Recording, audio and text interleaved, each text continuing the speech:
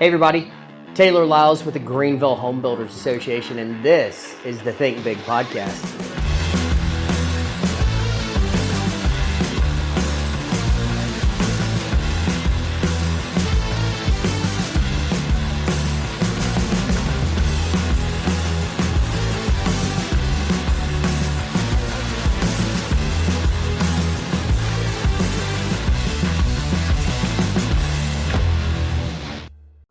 Good morning and welcome to the Think Big podcast. I am Taylor Lyles, your Chief Executive Officer of the Home Builders Association. Beyond excited to have one of our current board members, Nate Moses, with Precision.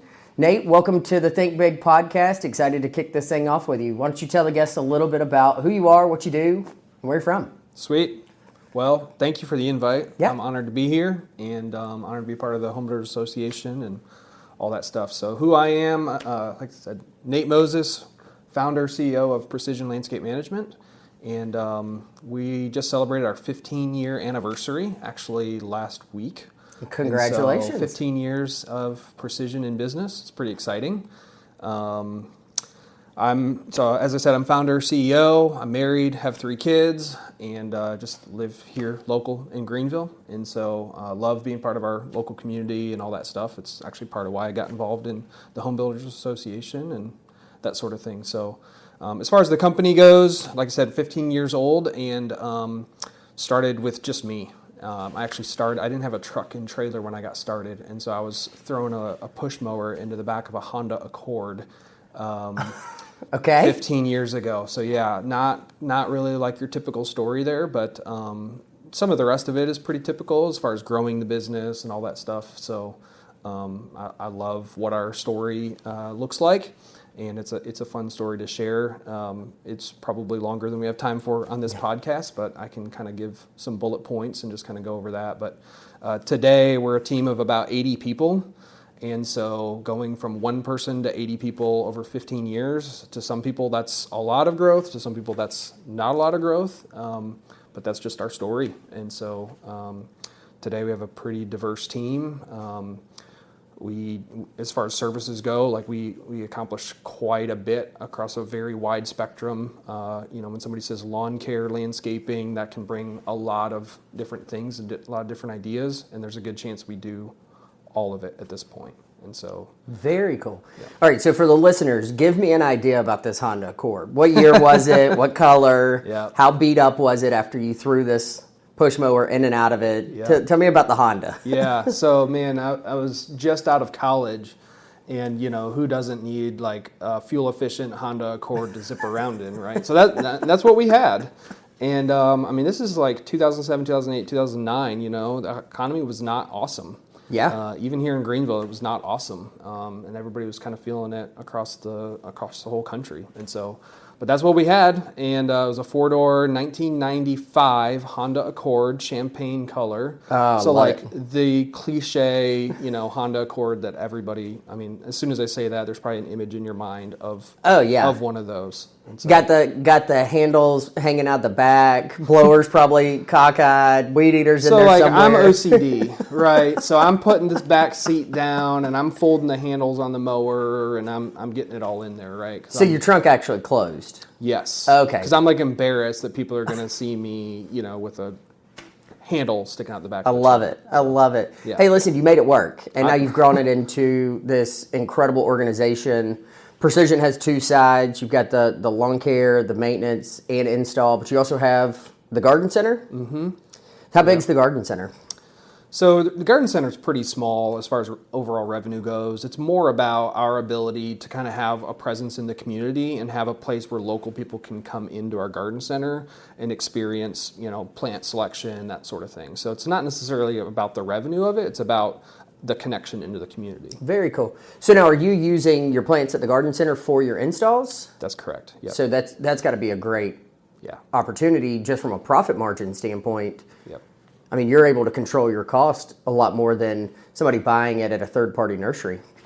Yeah, that's part of it. So it doesn't necessarily save us at the end of the day a whole lot of money. What it does, though, is give us more control. Gotcha. Right. So we're not subject to a vendor who may or may not have the plants that we want at the time that we may or may not want it. We did that whole deal for years and worked with several great vendors around here, and there's still times we have to work through them. But we didn't have any control over what they kept in their inventory, right? Yep. And so with our own garden center, we get to control what we have in our inventory. And so when we're having a conversation with a client about what it is specifically that they want, we're able to say, yes, we do have that, or no, we don't have that. We have to go, instead of being subject to whatever a vendor may say. So the question is, do you have a pink dogwood Kusa at your center right now? Right now, we do. Wow. It's Yeah. like the rarity of a tree right now. It took me almost 2 years to find a pink dogwood, a Kusa dogwood. Did you call the garden center? Well, I didn't. I didn't know. I now know. You now know? I should have known before. Yeah. But that's an incredible asset for y'all to have. And you're right. It does bring that community connection in. It gives you the presence. Where's that one located? So that garden center is in Seneca, South Carolina. So just south of Lake Kiwi. There's kind of the city of Seneca. It's about 1.5 miles outside the city of Seneca on Sheep Farm Road. Okay, very cool. Yep. So tell me a little bit about kind of the work y'all do. So we talked on lawn care. I know y'all do treatments and you do trimmings and ornamentals. Tell me kind of what encompasses precision. Yeah, so I kind of think of it as like our revenue generating departments, if you will. And so we have the garden center and we have people that can walk in, and that's kind of more of a retail side of things. It's a pretty small overall part of our business from a revenue perspective. Then we do lawn care applications. So this is, weed and feed, fertilizer, weed control, that kind of thing. And that's about 20% of our business as far as overall revenue goes. And then we have what we would call like our maintenance and gardening department. And so think, your weekly lawn mowing.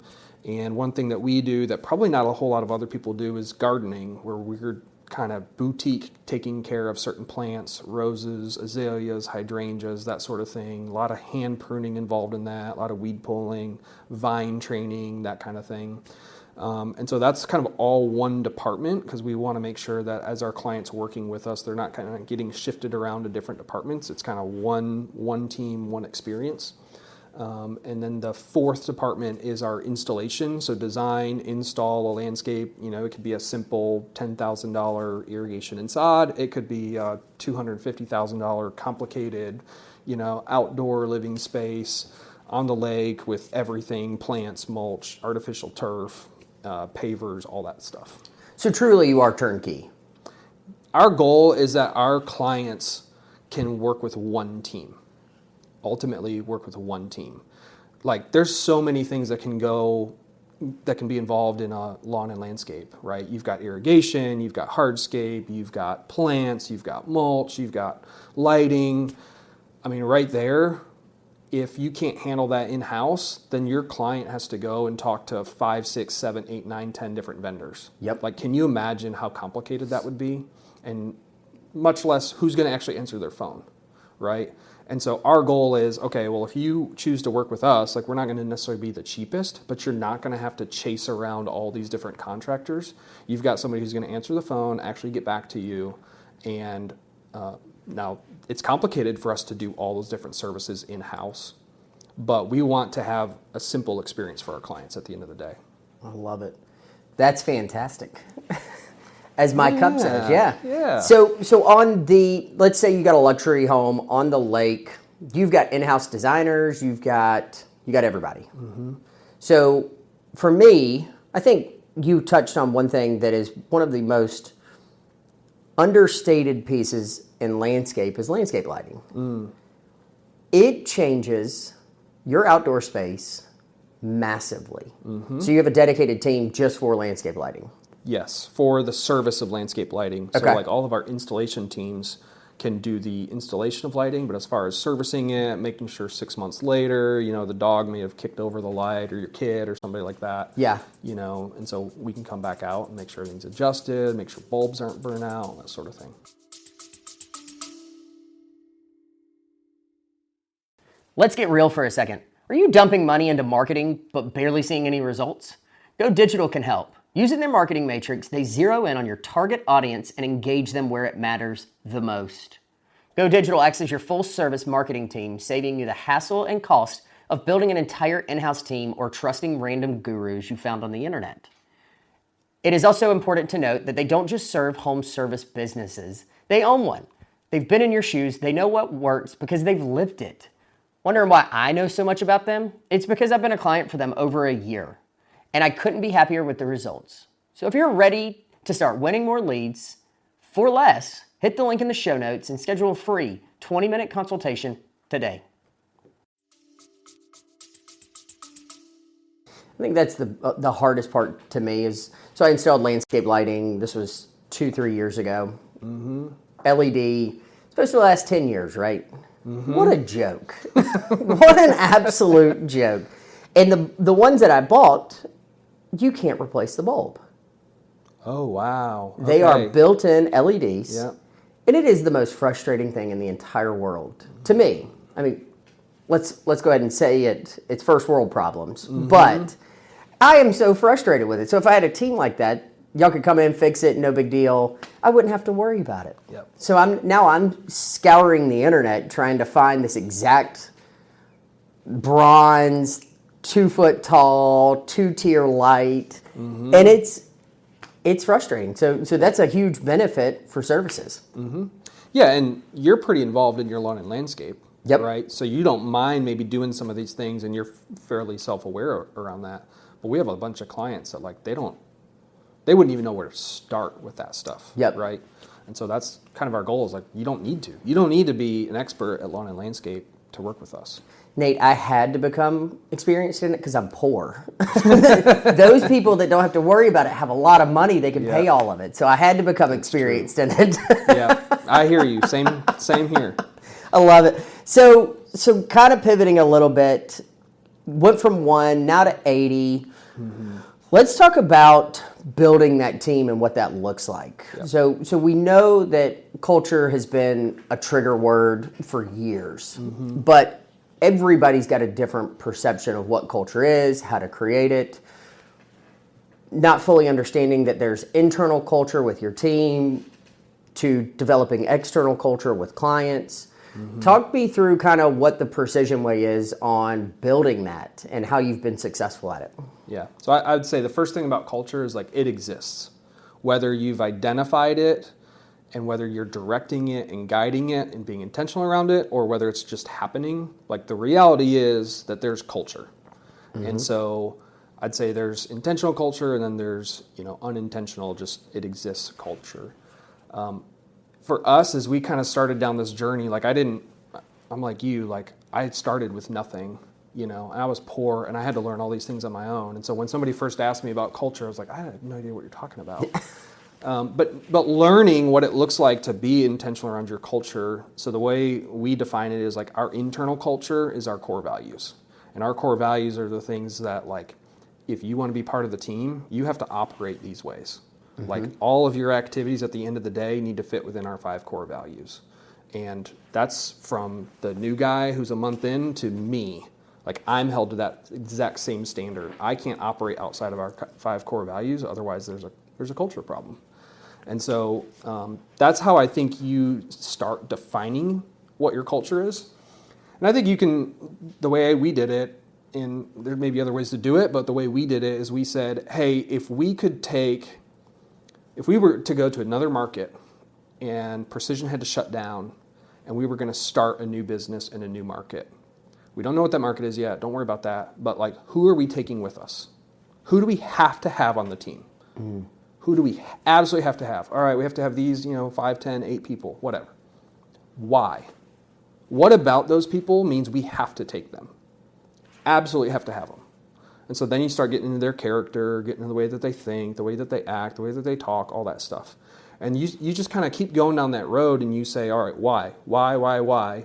What about those people makes them so awesome that they have to go with us?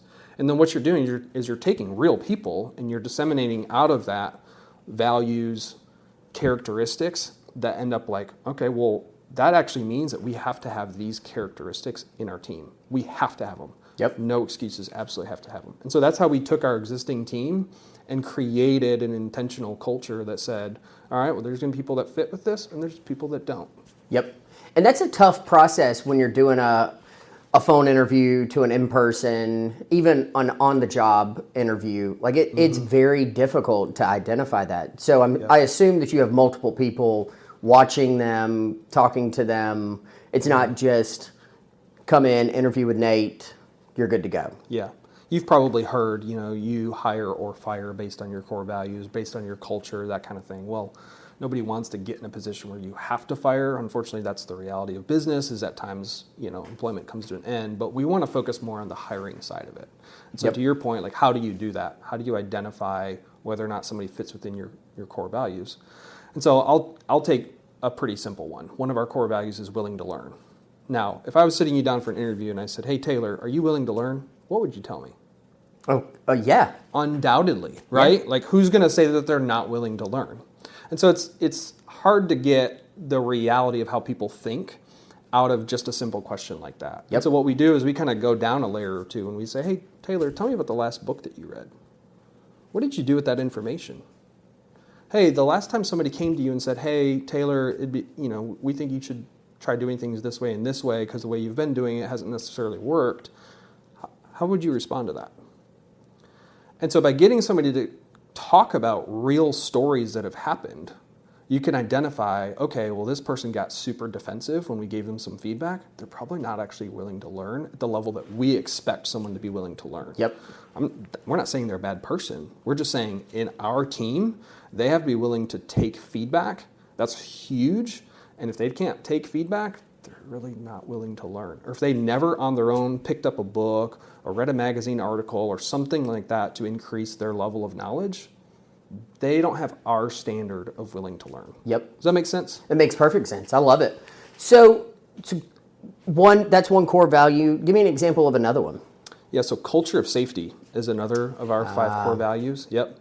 And the landscape industry is not necessarily known for having, people that operate in the most safe manner. It's kind of cowboy this, cowboy that, which we can all appreciate, right? Yep. And because we've done it on our own, we've done it in our backyards, like, everybody's a landscaper to some degree. It's like, well, we got to have a little bit of respect for ourselves. We got to make sure that we still have our hearing when we're 50 years old. Exactly. We've still got to make sure that we have all of our fingers, our toes, our limbs. That's an important thing. And it's not just so, we can decrease our insurance risk. It's like, you're a human. I want you to have all those things. Yep. Can you imagine the quality of life that you would have if you're 50 and you can't hear very well, or you're missing 2 fingers because you were operating a chainsaw and shouldn't have been? Like, I want you to have quality of life when you're 50, 60 years old. And so we got to take care of our bodies now. Yep. We got to respect our bodies. We got to respect the humanity. And so for us, culture of safety really comes down to that. If you're just out there cowboying it, probably not a good fit for our team. So you're saying when I'm edging, I should have hearing protection on? You should have hearing and eye protection on. So edging in my flip-flops is not a precision way. Yeah. What you do at your home, you're responsible for. Exactly. But, I love it. Yeah. Nate's like, Taylor, you're not hired. Due to your lack of safety while you're cutting your grass. That's right. You're not hired. Yeah. Hey, you would just have to adapt to our principles. Got to have that willing to learn. That's right. So continuing to build that culture. So we've established the 5 cores. You've got an incredible team that you've kind of molded into, I guess be the best way to say it, molded into those core values. They're willing to learn, they're willing to adapt, they're willing to be safe, they're willing to challenge themselves. How does that translate into the consumer's side of culture? Yeah, so that's a good point. We would say, like, our internal culture is something that we work on, we're very intentional around, but that is not something that we're trying to say to our customers, like, oh, pay attention to us, pay attention to our core values over here.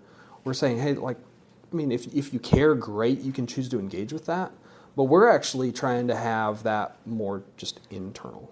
Now, a customer-facing culture, we call those our 3 uniques. What makes working with Precision different than working with another contractor?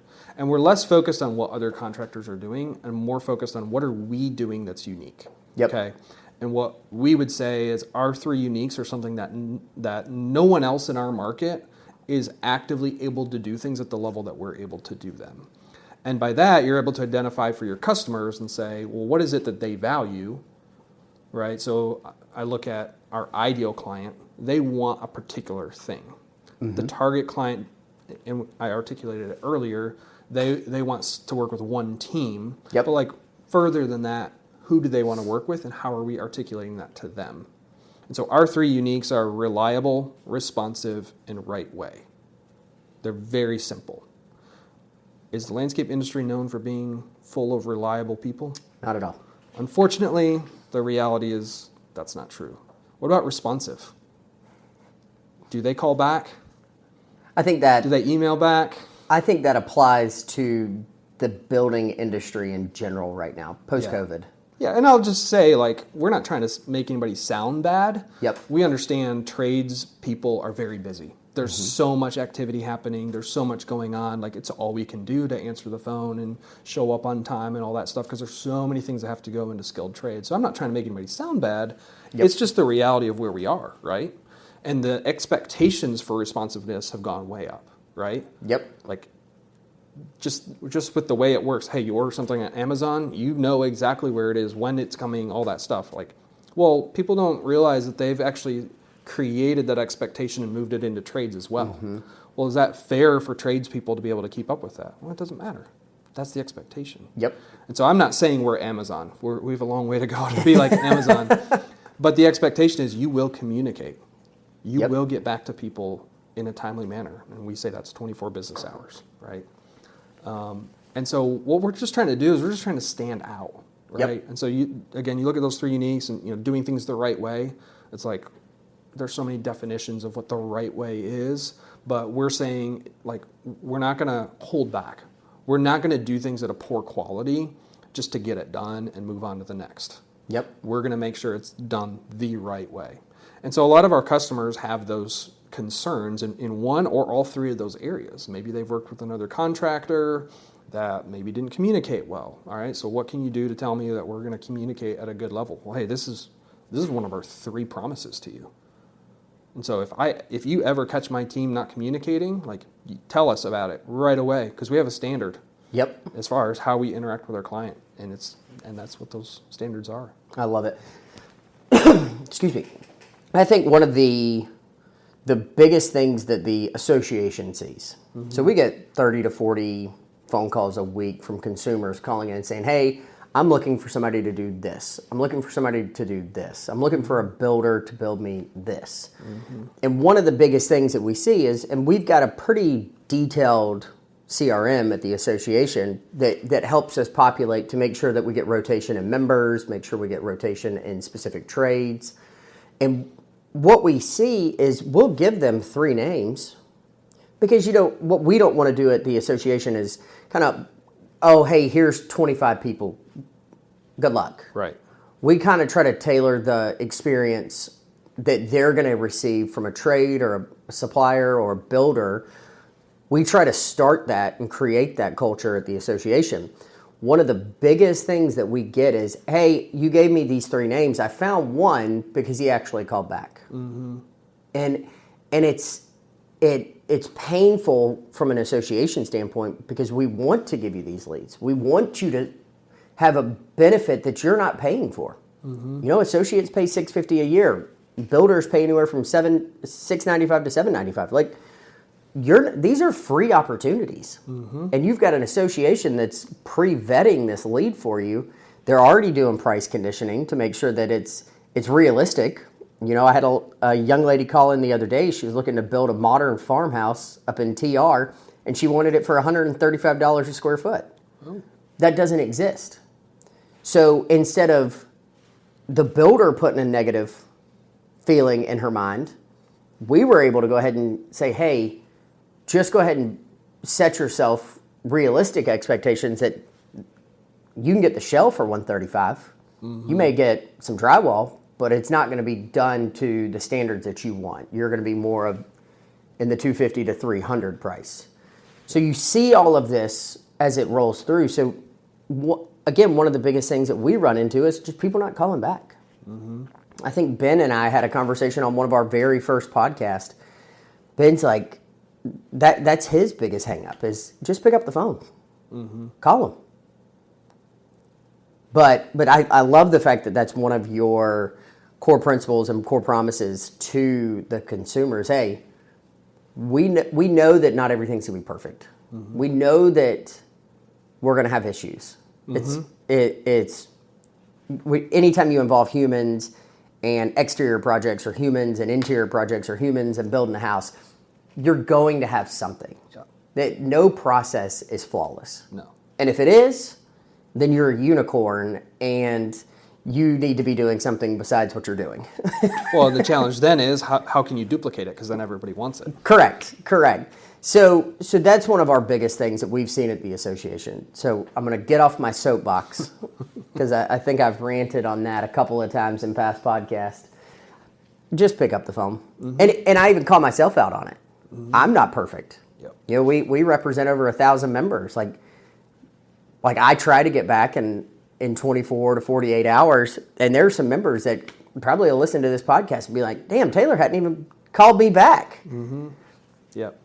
I try, and I fall into that. So when I say it, I'm not just pointing fingers, I'm also pointing them at myself. Yep. So there's a gut check there and reality check. So Yeah, I think it's fair, though, for the consumer to realize, like, if their expectation is a high level of communication, it's also something you have to pay for. Because there are real costs and resources required to have that level of communication. Yep. Like, some people may look at our overhead structure and be like, oh my gosh, you guys are so heavy on overhead. It's like, well, we have these standards. And so we have to charge a certain amount so that we can follow through on that. If people are willing to have lower standards for our communication, which I don't, but if the market demanded lower standards for communication, we could probably have a lower cost of overhead, which means at the end of the day that we could charge our customers less. But that's not the reality. Yep. Right? The reality is people have this expectation, and so I would just encourage people who are able to influence their businesses, if that's the expectation that the consumer has for you, understand there's a price tag to it. Yep.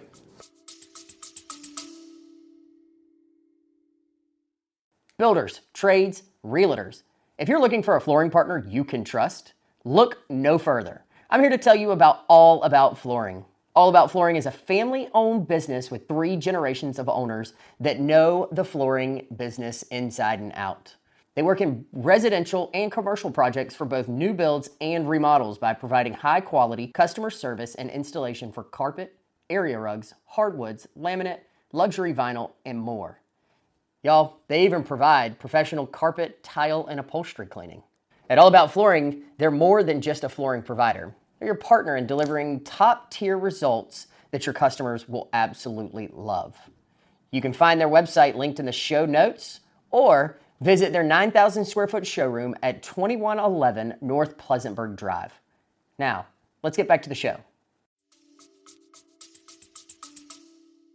I love it. So kind of shifting still in that same realm of managing expectations. You know, the landscape industry has transformed in the past 15, 20 years. You know, technology gets put in place, new tips, new tricks, ways to streamline your business. Talk to me about a little bit about some of the tools that y'all are using for business efficiencies, for kind of maximizing your days.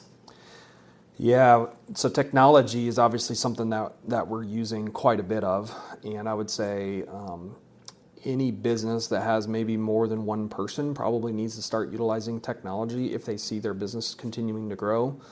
We've been using QuickBooks since day one, right? Just to try to keep up with books and make sure at the end of the day that we can offer a tax return that is going to, not get us an audit. That's kind of a big deal. I don't want to spend, 400 hours in a year fulfilling an IRS audit. Got me stressed out just thinking about it. Yeah. So QuickBooks is an essential one, I'd say, for any business, so that you can know your numbers and have an obligation to fulfill to the IRS. I think operating softwares, CRMs, that sort of thing is something that's it's just a must-have if you have a team of more than 5 or 10 people. You've got to know where your customers are at in the process. And then for us, an operating software we use called Aspire, it helps us to know all of our numbers for all of our clients. We know how many hours are sold to the client so that we can make sure that we're staying within that. If for some reason it's going over budget, be able to have that conversation with the client. At the end of the day, most of our trades, we're selling time, right? And so how are you as a business leader aware of that time that you've sold to the client? Are you on track? Are you off track with that time? I think that's a critical piece of the business. And so we utilize technology for that. We utilize some technology just for how we run our meetings. So every meeting has the exact same agenda, and we use technology to help us stay on track with that. That way we're not just sitting, meeting in a room for hours on end with no seeming purpose. It's like, nope, we have a very clear agenda. When that agenda is complete, we're done. Yep. The meeting's over. And so I think technology is one of those just endless conversations around what you can use it for, or we'll say the dirty AI word, how are you using AI in your business? Not are you, it's too late for that. Yep. How are you leveraging AI in your business? And so anyway, I'm not sure if that answers your question. But. No, that answers it perfectly. And you touched on a hot topic right now is with the AI. We're looking at using AI just in the association standpoint, from events, from email campaigns, from event notifications. That one thing we do, as you know, we do 80 plus events throughout the year. We are a very active association. Well, not everybody's getting on the website to see the social club coming up, the golf tournament coming up, the block parties, whatever it is. Yep. So we're looking at implementing AI just in opted in. I'm going to put that caveat in there. So opted into text message receivers. So we're going to end up doing, it looks like it'll be one blast text message, goes out. All members, you can opt in or opt out, but it's just event notifications. Yep. And it's just, hey, this is what's going on this week. So every Monday morning, you get a text from the HBA, this is what's coming up. You can register straight through it. So we're looking at even using that. I mean, ChatGPT has been a huge benefit. Using this technology, if you're not using it, you definitely are at a downfall. Yep. Yeah, the speed at which businesses are picking this up, you can either be playing catch up the entire time, or you can kind of be at the forefront of it. And I'd just say, it's not going anywhere. So go ahead and try to not, get left behind. I talked to a builder the other day. I'm not going to say the builder's name. Builder called me and he said, hey, Taylor, I think it's finally time for me to kind of come into the 21st century. And I started laughing. I said, what do you mean by that? He said, well, I do 6 to 7 homes a year. They're $1 million to $2 million. Very successful builder. He goes, I don't have a website. Ooh. I was like, okay. He goes, I said, well, that's easy. Gave him a contact, was able to get connected with him. I said, where else are you struggling? He goes, well, I got a lot of areas. And I just started laughing. I said, what do you mean by that? He goes, I still use my debit card and I still write paper checks to pay for all this stuff. I said, wait a minute, your lumber packages. He said, yeah, I put on my debit card. I was like, I'm sorry. Congratulations for being in that cash position to be able to do it. But do you understand what credit card points could do for you? Capital One's got a 2% unlimited card and it's a non-1099 check. Yep. He goes, wait a minute. So I could be making 15, 20,000 back. I said, yeah. He goes, okay. So I'm having lunch with him in a couple of weeks. So we're just going to do a deep dive on everything. Yep. So hopefully we can get him into the 21st century. That's right. I may introduce him to AI. I may. Just blow his mind, right? Just completely destroy him. Yep. Show him ChatGPT. Yep. Show him QuickBooks. Do the whole thing. Yep. So it'll be interesting. But hey, the key there is they recognized it, right? And they're willing to do something about it.